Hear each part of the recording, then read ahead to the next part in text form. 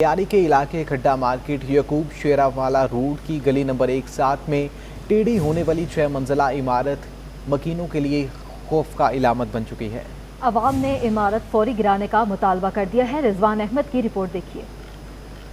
उसके प्लॉट पर बिल्डर ने 6 मंजिला इमारत खड़ी कर दी। 7वें फ्लोर की तामीर जारी थी कि इस दौरान इमारत ने एक जानिब झुकना शुरू कर दी। गुंजानाबाद इलाके की इस जेर तामीर इमारत के एक जानिब झुकने से इतराफ की बुलंद इमारतों के मकीन शदीद खौफ व राज का शिकार हो गए हैं। 3-4 माह हुए ये झुकना शुरू हो गया, जिसकी वजह से हम भाग दौड़ किए हैं। 6 मंजिला खड़ी कर दी तो आस्ते आस्ते बिल्डिंग ये झुकना शुरू कर दिया। तो मोहल्लेदार मिलके देखा तो ये तो खौफजदा है, तो हम लोगों ने इस पे एक्शन लिया। मकीन कहते हैं इस इमारत की गैर कानूनी तामीर रुकवाने के लिए हर महकमे से रुजू किया, मगर किसी के कान पर जूं तक ना रेंगी। जब हम लोगों ने देखा कि ये बुनियाद टेढ़ी हो रही है तो हम लोगों ने हर जगह कंप्लेन की, पर हमारी कंप्लेन किसी ने फरियाद नहीं सुनी हमारी। हमारे बच्चे भी डर के मारे बाहर होते हैं कि इनसे बहुत खतरा है, बच्चों को भी खतरा है, हम सबको गली वालों को। सिंध बिल्डिंग कंट्रोल अथॉरिटी के डायरेक्टर साउथ मोहम्मद जिया ने मुतासर इमारत का मुआयना किया। उनका कहना था कि इमारत को मिसमार करने का अमल आज ही शुरू किया जाएगा। लियारी में गैर मयारी तामीरात पर मुश्तमिल बुलंद इमारतों का जंगल मौजूद है, जहाँ पहले भी इमारतें गिरने से जानी और माली नुकसान हो चुका है। लियारी खड्डा मार्केट में टेढ़ी होने वाली इमारत को गिराने का काम शाम होने की वजह से रोक दिया गया है। इमारत मिसमार करने का अमल कल सुबह दोबारा शुरू किया जाएगा। 50 गज के प्लॉट पर 7 मंजिला इमारत ज़ेरे तामीर है। 6 मंजिलें मुकम्मल करने के बाद 7वें फ्लोर तामीर करने का काम ताहाल जारी था। तफसीलात जानते हैं अपने नुमाइंदा ताबिश कफीली से। ताबिश आगाह कीजिएगा, शाम होने के बाद इस काम को रोक दिया गया है, मजीद क्या तफसीलात हैं?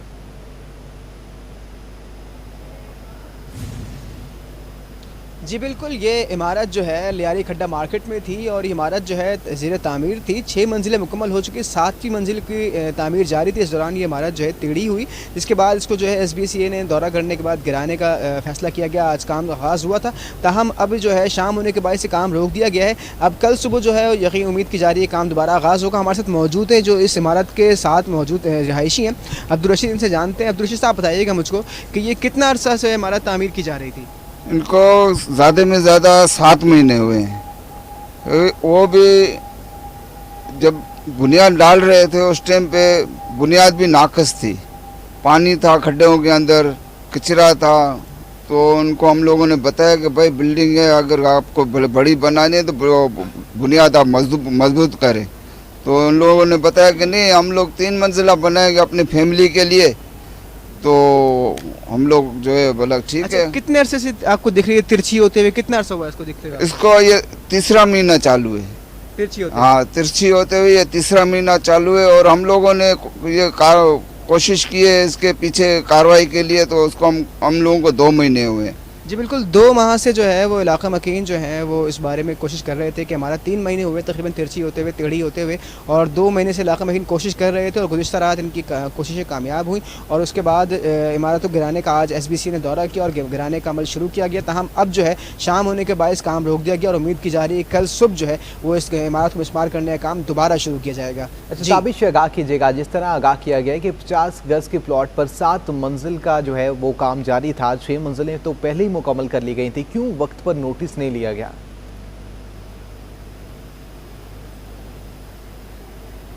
देखें, नोटिस वक्त पे क्यों नहीं ले गया, ये तो काफ़ी अजीब सा सवाल हो सकता है, क्योंकि कराची के अंदर जो लियारी है यहाँ 200 इमारतें ऐसी हैं जहाँ जिनको मखदूश करार दिया गया है, जहाँ लोग रह रहे हैं, अभी भी उनको गिराने का काम करना है। इस तरह कराची जो है ये लियारी कदीम तरीन इलाका है कराची का, और यहाँ पे इमारतें बनाई जाती हैं 2-3-3 4 मंजिल की बजाय 6-6 मंजिल 7 मंजिल यहाँ पर इमारतें बनाई जाती हैं। नाक के नीचे जो है इदारों के काम होता है और सबको दिखाई दे रहा होता है, लेकिन सब ने जो है वो आँखें से बंद की हुई होती हैं। यकीनी तौर पर कुछ अवामिल इसके अंदर कारफरमा होते होंगे, तमाम ये इमारतें बनाई जाती हैं और सबको इस बारे में इल्म होता है, लेकिन कार्रवाई पहले नहीं की जाती। ऐसा लगता है कराची में किसी हादसे का इंतजार किया जाता है किसी भी किस्म की कार्रवाई के लिए। यहाँ भी ये खुशकिस्मती है कि हादसा रूनुमा नहीं हुआ और तिरछी होती हुई इस इमारत को पहले ही, रिहाइश से पहले ही जब इमारत ज़ेर तामीर थी, इस पर कार्रवाई की गई और इस इमारत को जो है गिराने का अमल अब शुरू किया गया है।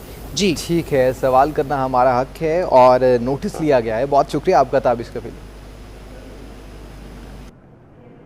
नायब chairman Pakistan sugar mills association Sikandar Khan कहते हैं चीनी बहरान का जिम्मेदार हुकूमत को करार दे दिया है उन्होंने, और इनका कहना है कि शुगर मिल्स के पास चीनी का स्टॉक बहुत कम रह गया है। चीनी बर वक्त दरामद की जाती तो मौजूदा बहरान पैदा ना होता। सिकंदर खान का कहना था कि एडवाइजरी बोर्ड इजलास में हुकूमत को चीनी की बरवक्त दरामद का मशवरा दिया था, लेकिन इनकी बात नहीं सुनी गई। चीनी बहरान के दौरान भी दरामदी चीनी के 4 टेंडर्स मनसूख किए गए, जिससे शदीद मनफी असरात मुरतब हुए। इनका कहना था कि चीनी की कीमत में हालिया इजाफे का इल्ज़ाम शुगर मिल्स पर लगाया जा रहा है, जो बेबुनियाद है। नई क्रशिंग के हवाले से मसाइल का जिक्र करते हुए इनका कहना था कि पंजाब में केन कमिश्नर ने शुगर मिल्स को अभी तक क्लियरेंस नहीं दी। बैंक्स वर्किंग कैपिटल देने को तैयार नहीं तो क्रशिंग कैसे शुरू होगी? हुकूमत मसाइल हल करे फिर क्रशिंग शुरू करेंगे।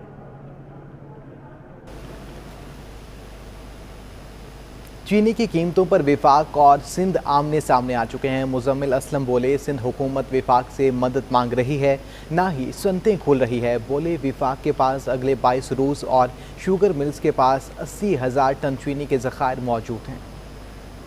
सिंध हुकूमत को वफाकी हुकूमत और पंजाब हुकूमत ने बोला है कि आप भी हमसे चीनी ले लें, तो सिंध हुकूमत ना तो कारखाने खुलवा रही है, ना उन्होंने इस पे जो है वफाक से मदद मांग रही। चीनी बहरहाल 90 रुपए के हिसाब से अवेलेबल है सस्ता बाजार और 85 रुपए में यूटिलिटी, लेकिन सिंध हुकूमत मांग भी नहीं रही ताकि यहाँ पे एक प्राइस प्रेशर बिल्डअप हो। इस वक्त हुकूमत के पास 1,30,000 टन के चीनी के ज़खायर हैं। 6,000 टन रोजाना के इस्तेमाल के हिसाब से अगले 22 दिन का स्टॉक हुकूमत के पास है। जब शुगर मिलों ने देखा कि ये क्रशिंग अभी जो है सिंध हुकूमत ने आगे कर दी है और पंजाब में अभी 10-12 दिन 15 दिन हैं, तो उन्होंने जो है ना 10-10 रुपए करके पिछले 2-3 दिनों में कीमतें बढ़ा दी।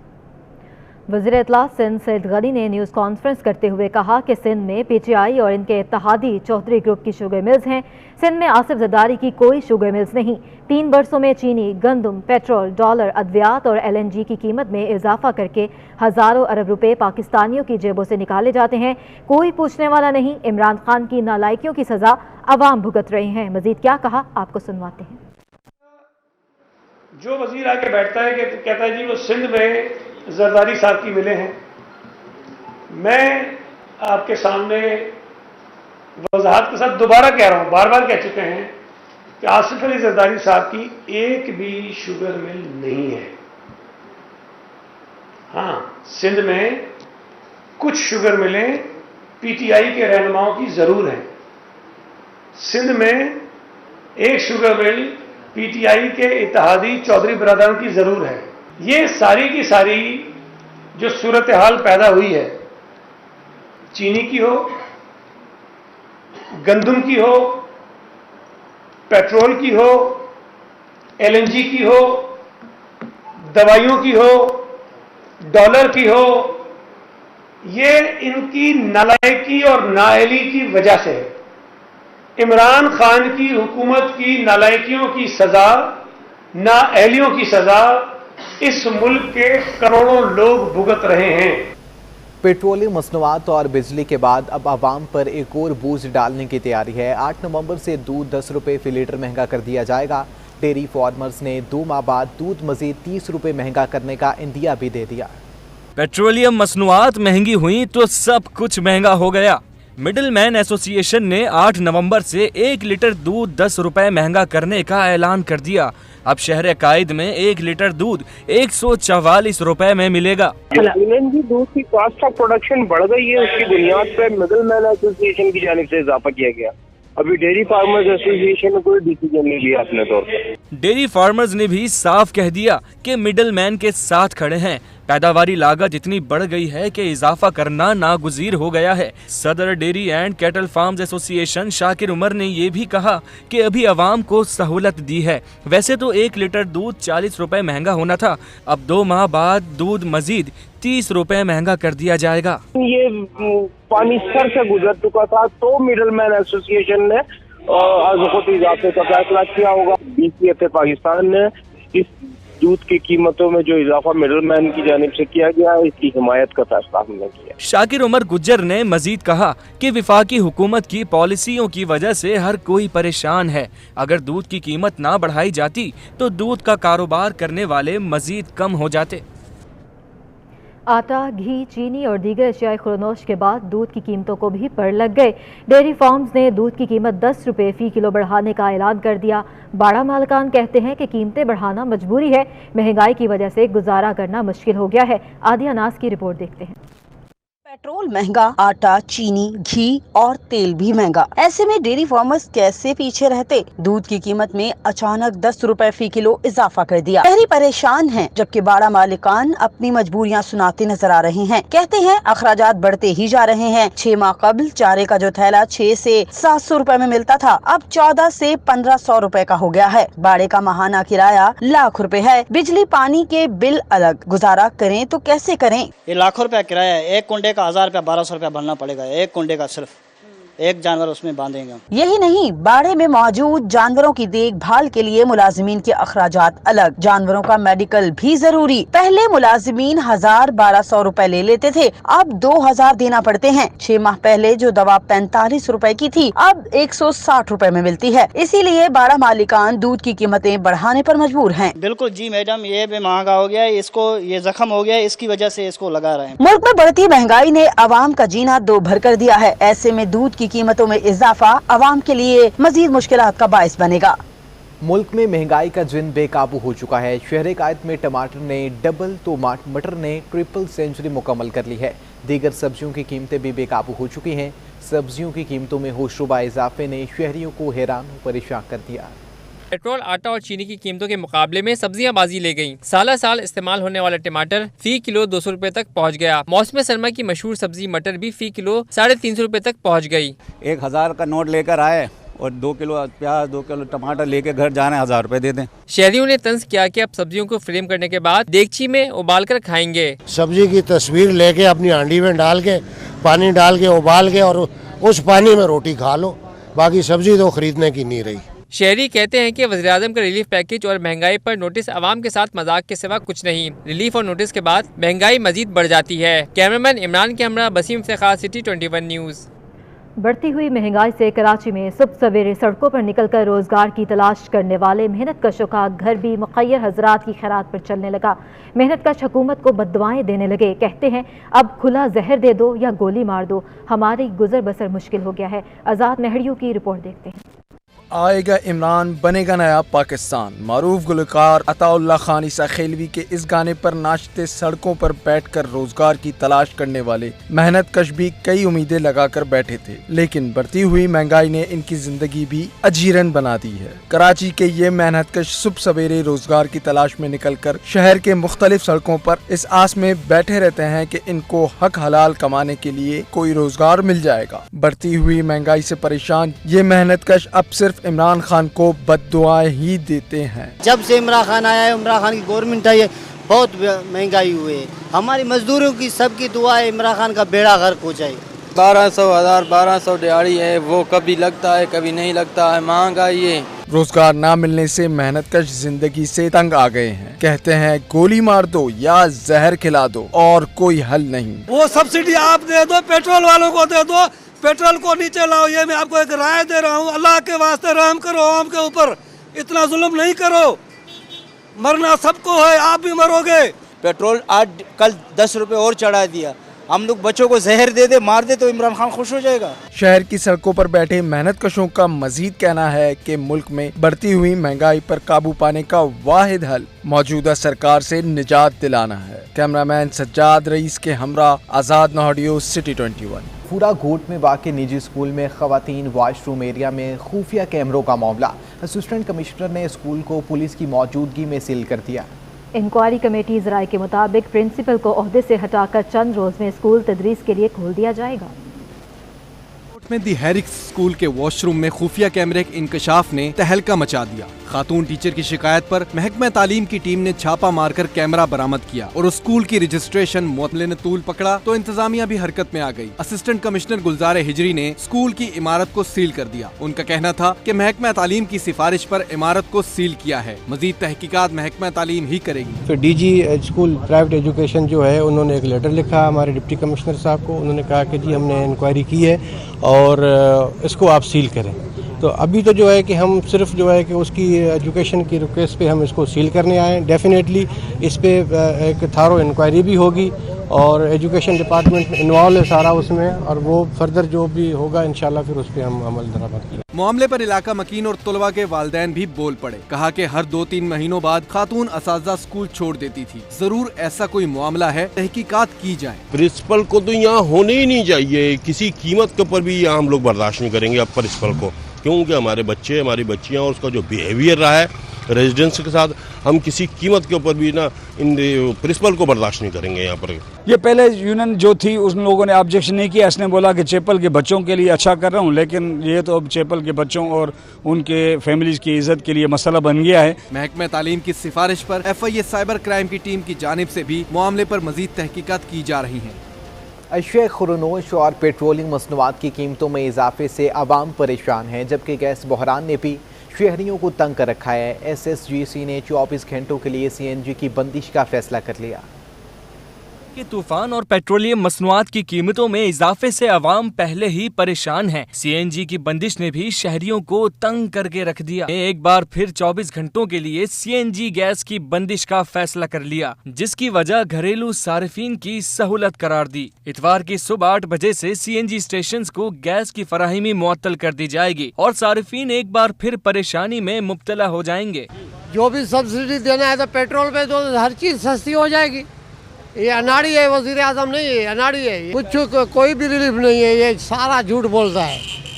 कहाँ भी रिलीफ नहीं आया है, ये सारा झूठ बोलता है। बस ये कहेंगे कि ये यू टर्न ना लिया करे, जो बात करे तो पक्की करे, यू टर्न ना लिया करे। इसने हद पार कर दी है महंगाई की, कमर के तोड़ के रख दी है गरीबों की। शहरियों ने महंगाई और पेट्रोल की कीमतों में इजाफे पर हुकूमत को तनकीद का निशाना बनाया। कहा कि तब्दीली ने उन्हें कहीं का नहीं छोड़ा। नवाज शरीफ छोड़ता, इमरान खान ईमानदार है जो ये इतने पैसों में दे रहा है। नवाज शरीफ इतने में 2 लीटर देता था, इमरान खान 1 लीटर दे रहा है और मिसालें देता है। इंडिया में अपने रुपए की कदर तो देखो आप इंडिया का बोलते हो कि इंडिया में 200 रुपए का है, तो पाकिस्तान इंडियन रुपीज में वो 105 रुपए का है और पाकिस्तानी रुपीज में 210 का है। पाकिस्तान रुपए की अपने इतनी कदर गिरा दी है कि इंडिया रुपीज में वो आप बता रहे हो आवाम के साथ धोखा कर रहे हो। हाँ भाई, ये हुकूमत तो गरीबों पे जुल्म कर रही है और गरीब तो इस वक्त गरीबों का जीना 2 बार हो गया है और बहुत मुश्किलात में आ गए लोग। हम तो परेशान है कि कैसे गाड़ियाँ बंद करके रखते हैं, गाड़ियाँ चलाना ही हमारे लिए मुश्किल हो गया है, बहुत मुश्किलात हो गई हैं।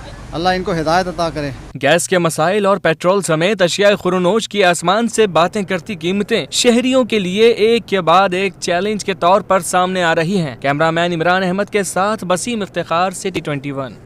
वज़ीर-ए-आज़म इमरान खान ने मलीर में नौजवान नाज़िम जोखियों के कत्ल का नोटिस ले लिया। गवर्नर सिंध ने मामले पर शफाफ JIT बनाने की यकीन दहानी करा दी। कहा, यहाँ पर जंगल का कानून नहीं चलने देंगे, केस को मंतकी अंजाम तक पहुँचाएंगे, विरसा को हर किस्म का ताउन फराहम करेंगे। उन्होंने कहा कि जब खजानी खाली होगा, कर्जा देना होगा तो सख्त शराइत पर अमल करना होगा। हमने कोशिश की कि रुपये को सहारा दे, 2023 से पहले गुर्बत पर काबू कर लेंगे। का असल मकसद ये था कि इस ख़ानदान से जाके दादरसी की जाए, उन्हें पूरी एश्योरेंस दी जाए कि उनके साथ कोई जुल्म ज़बरदस्ती ज़्यादती नहीं होने देगी। स्टेट उनके साथ खड़ी है। ताकतवर गरीब पर जुल्म करे, ताकतवर कमज़ोर पर जुल्म करे, वो इस हुकूमत में इंशाल्लाह नहीं होने देंगे। तो मैंने आज इनसे बात की है। इनको जो लोकली तौर पे यानी प्रोविंशियल गवर्नमेंट की जो JIT बन रही है उस पर इनको भरोसा नहीं है। फेडरल लेवल पर JIT बनेगी जिसमें तमाम हसास इदारे के रिप्रेजेंटेटिव शामिल होंगे और हकीकी तौर से इसकी कार्रवाई की जाएगी और वो कार्रवाई की रिपोर्ट भी इंशाल्लाह आम करेंगे मीडिया पर। IG मोटरवे के नए अहकामात जारी। तमाम टूल प्लाजा पर इमरजेंसी लेन बना दी गई। लेन सिर्फ एम्बुलेंसों और फायर ब्रिगेड समेत इमरजेंसी गाड़ियों के लिए होगी। ट्रैफिक रश के बायस इमरजेंसी गाड़ियां भी फंस जाती हैं। ट्रैफिक जाम की सूरत हाल में इमरजेंसी गाड़ियों को इसी लेन से रास्ता दिया जाएगा। आपको बता रहे हैं IG मोटरवे के नए अहकामात जारी कर दिए गए हैं। मज़ीद जानेंगे समर अब्बास से। जी समर, बताइएगा इस हवाले से। हाँ जी बिल्कुल, देखें मोटरवे पुलिस ने पाकिस्तान भर में तमाम मोटरवेज पर FW और मुतलका हुकाम के तावन से इमरजेंसी गाड़ियों जिसमें बशमूल एम्बुलेंस और फायर ब्रिगेड समेत दीगर जो इमरजेंसी सर्विस की गाड़ियां हैं उनके लिए इमरजेंसी लाइन बनाने का एहतमाम कर दिया और तमाम जो मोटरवे उन पर इमरजेंसी लाइन बना दी गई है। कराची टूल प्लाजा पर भी इमरजेंसी लाइन जो है बनाई गई है। इमरजेंसी सर्विस की गाड़ियां बगैर टूल टैक्स दिए और टूल प्लाजा पर कतार में लगने के बजाय बगैर किसी रुकावट के इमरजेंसी लाइन से बआसानी गुजर जाएंगी ताकि इनमें मौजूद मरीजों को और एम्बुलेंस को अपने मुकाम तक पहुंचने में किसी किस्म की परेशानी का सामना ना हो। जी ठीक है, समर अब्बास हमें अपडेट कर रहे थे, आपका बहुत शुक्रिया। गवर्नर सिंध ने फेडरल बी एरिया में अंचोली सादत शोहदा पार्क का इफ्तिताह कर दिया। इमरान इस्माइल की मीडिया से गुफ्तगू कहते हैं, एडमिनिस्ट्रेटर कराची का तकरीर गलत तरीके से हुआ जिसे हम नहीं मानते। नाजायज शादी हॉल्स को वापस पार्क बनाने की कोशिश है। नाजायज शादी हॉलों को तोड़ के वापस पार्क में तब्दील किया जाए, सड़कें बनाई जाएं, गटर लाइन्स डाली जाएं, पानी की फराहमी को यकीनी बनाया जाए। बातें बड़ी बड़ी करने को तो सब करते हैं, लेकिन जब भी इस तरह के कामों का बीड़ा उठाया जाता है तो रोड़े अटकाए जाते हैं और दूसरी तरफ से और कहा जाता है कि ये वफाक के करने के काम नहीं है। वफाक को चाहिए कि बड़े बड़े प्रोजेक्ट यहाँ पर। तो मैं यहाँ बावर कराना चाहता हूँ कि सिंध का सबसे बड़ा ट्रांसपोर्ट का मंसूबा भी वफाक ने दिया है। ग्रीन लाइन आप लोगों की सहूलत के लिए दुनिया के इंटरनेशनल स्टैंडर्ड्स के ऊपर तैयार की गई है। जो स्टैंडर्ड्स यूरोप अमेरिका में किसी ट्रांसपोर्ट के होते हैं, मास ट्रांजिट सिस्टम के, वो यहाँ पर मौजूद हैं। लियाकताबाद पुल के नीचे कचरे में लगाई जाने वाली आग से 3 बसें जलकर खाकसर हो गईं। फायर ब्रिगेड ने आधे घंटे की जदोजहद के बाद आग को बुझा दिया। मजीद आपको बता रहे हैं, फायर ब्रिगेड के हुकाम के मुताबिक आग करीबी कचरे में लगाई गई थी जो फैलकर बसों तक पहुंची। लियाकताबाद पुल के नीचे बसें पार्क की जाती हैं। जैसे ही एक बस में आग लगी तो साथ ही खड़े दीगर 2 बसों को भी अपनी लपेट में ले लिया। फायर ब्रिगेड ने मौके पर पहुंचकर आधे घंटे की जदोजहद के बाद आग बुझा दी। पुलिस का कहना है कि इब्तदाई तहकीकात पर आतिशज़दगी का वाक़या हादसा लगता है, ताहम मज़ीद तफ्तीश जारी है। शहर में गुज़श्ता 24 घंटों के दौरान डेंगू के 82 केसेस रिपोर्ट हुए हैं, जबकि कोरोना के मर्ज में मुब्तला एक शख्स जान की बाजी हार चुका है। गुज़श्ता 24 घंटों के दौरान शहर में कोरोना के 94 केसेस रिपोर्ट हुए हैं, जिनमें से 12 मरीजों की हालत तशवीशनाक है, जबकि एक मरीज जान की बाजी हार चुका है। शहर में कोरोना के मस्बत केसेस की शरह 1.74% है, जो सूबे के दीगर शहरों से कम है। गुज़श्ता 24 घंटों के दौरान शहर में डेंगू के 82 केसेस रिपोर्ट हो चुके हैं।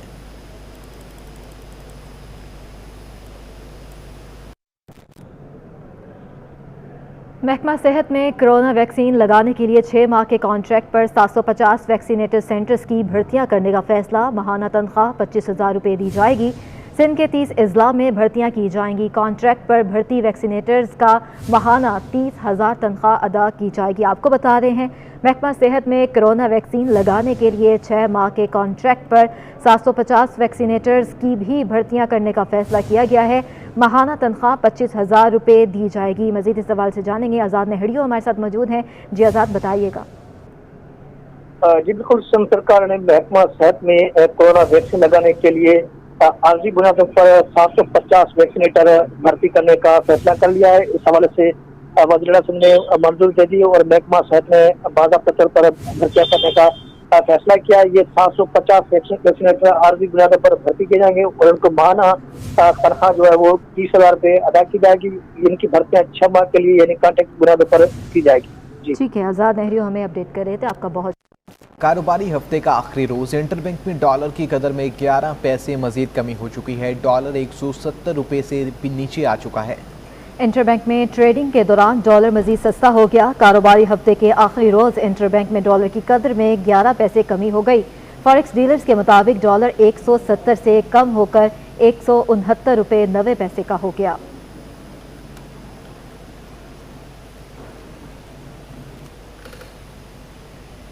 कायमा कमेटी बराए मनसूबाबंदी और तरक्की मुल्क में जाली करेंसी की रोकथाम के लिए सरगर्म है। प्लास्टिक करेंसी के 50, 100, 500 और 1,000 रुपये के जदीद फ्यूचर्स के हामिल नोटों को जाली करेंसी रोकने का हल करार दे दिया।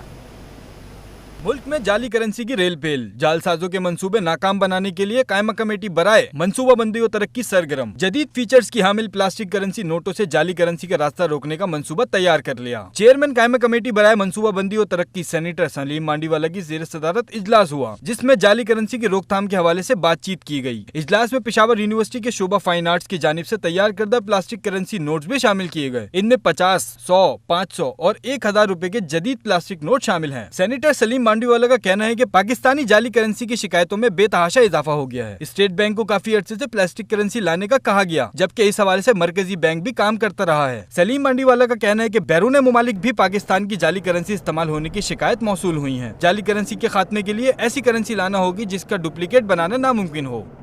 थाईलैंड के कायम मकाम कौंसल जनरल पावी वसामी ने पाक थाई आज़ाद तजारती मुआहदे को हतमी शक्ल देने की अपील कर दी। कहते हैं आज़ाद तजारती मुआहदा अरसा दराज से ताख़ीर का शिकार है। थाईलैंड के कायम मकाम कौंसल जनरल पावी वसामी ने कराची चैम्बर ऑफ कॉमर्स का दौरा किया और ओहदेदारों समेत सनतकारों से मुलाकात की। इस मौका पर उन्होंने जोर दिया कि थाईलैंड पाकिस्तान के साथ तजारती मुआहदों का ख्वाहिशमंद है, ताहम मुआहदे में ताख़ीर से मुश्किलात बढ़ रही हैं। इस मौका पर चैम्बर ऑफ कॉमर्स के सदर मोहम्मद अदरीस ने कहा कि पाकिस्तान और थाईलैंड मुस्तहकम बाहमी तजारत ताल्लुकात से लुत्फ़ अंदोज़ हो रहे हैं, लेकिन कोरोना वबाई अमराज की वजह से इसे बुरी तरह नुकसान पहुंचा।